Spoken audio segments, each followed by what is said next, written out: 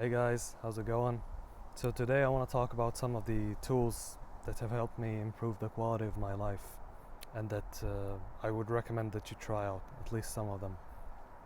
So the first one is meditation, and this is one I talk about in pretty much every one of my videos. There's a quote that I really like by one of the Greek philosophers, and he says, "The unexamined life is not worth living." And I totally agree with this because as we practice meditation more and more, we're more able to stay with difficult or boring experiences.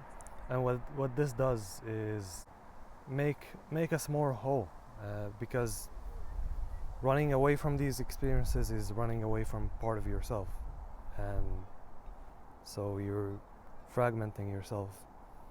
So the more you examine your life, the more you're engaged with it, and that brings satisfaction, and it gives you freedom, because if you are fine with whatever is happening, then you're free. You don't run away from difficult experiences, and you don't hold on to positive experiences.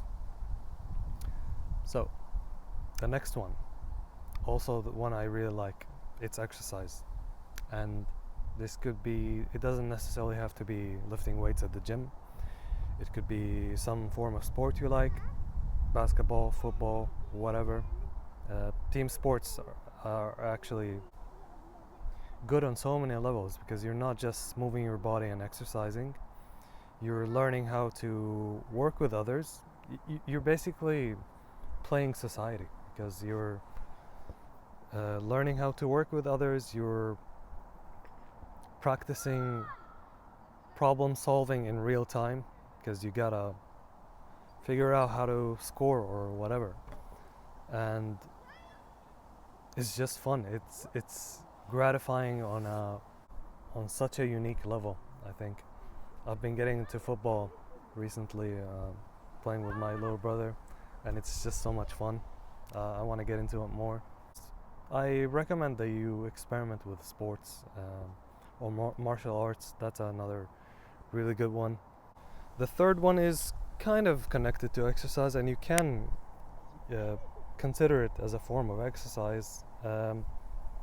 It's yoga, and kind of including stretching and flexing and flexibility and mobility in this, and it deserves its own spot, because not only will your per- physical performance improve as you become more flexible. Uh, Yoga allows you to build a stronger connection between mind and body, and this is such a big deal, because it allows you to be more present with difficult emotions. Again, it's kind of meditative, basically.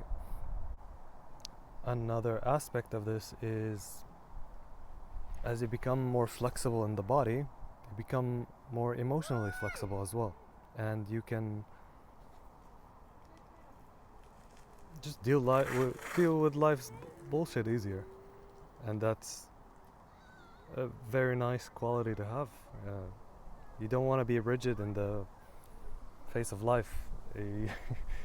You're gonna have a bad time, and I speak from experience. So the next one is reading, and this one is very interesting, because a good book is kind of like a portal into a new world, and you can. I'm including both self-development books, spiritual books, and here I make the distinction between self-development, which is more like the Western side of things, uh, improving your ego. And I don't mean ego doesn't have to have a negative connotation. Like having a healthy ego is a good thing, because if we want to be part of society, we need to have healthy egos. Yeah, so the Western side of things, which is more concerned with developing a healthy ego, and the Eastern side of things, which is more spiritual. Both categories have really good books, and I'm gonna make a video specifically about pretty much every one of these tools in more detail, where I will recommend some books that I enjoy or have enjoyed reading. And then there's the third category, which is just fiction. Like, it could be fantasy, it could be sci-fi, or slice of life. And yeah, reading can be meditative, as can every single one of these tools, honestly. Can just wind down, relax, and get absorbed into the book, learn new things about either the world or yourself, which in some views is one and the same. So yeah, reading is fantastic, and I've spent so many years of my life being just not reading anything, and I think it's a shame if you don't read any books, because there's so many great worlds to get lost in. The last tool in our toolbox that I'm gonna bring up today is therapy, psychotherapy. And this doesn't necessarily have to mean that you talk to a therapist, which can be great if you find the right person to work with. This can be just, talking to people, talking to friends, talking to family members. I used to just keep my problems to myself and not like to talk about them.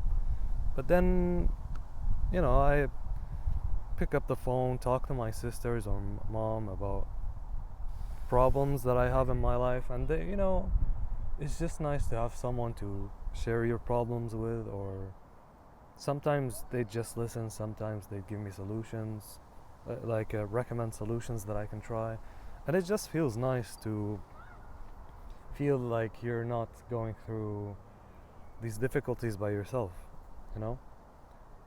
and that by itself can be very helpful, just taking a load off your chest and knowing that you're not alone. And yeah, so yeah, it doesn't have to be a therapist. That if you're broke like me, and I understand not everyone has people to talk to, so if that's you, then try to write down in a journal, because I know I've been there, so I understand that for some, or maybe a lot of people, you're lonely and you don't have anybody, and that's okay. Get a journal or write down whatever comes to your mind. No need to have a structure for the journal. It can be ideas that come to your mind. It can be dreams that you have, and I mean like literal dreams while you were sleeping, or goals you want to achieve, and so on. This can be therapeutic too.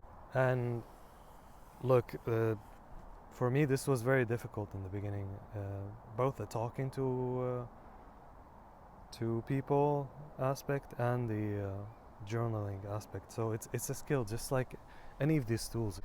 Think of them like muscles that you gotta work out for them to get easier for you to use in the future.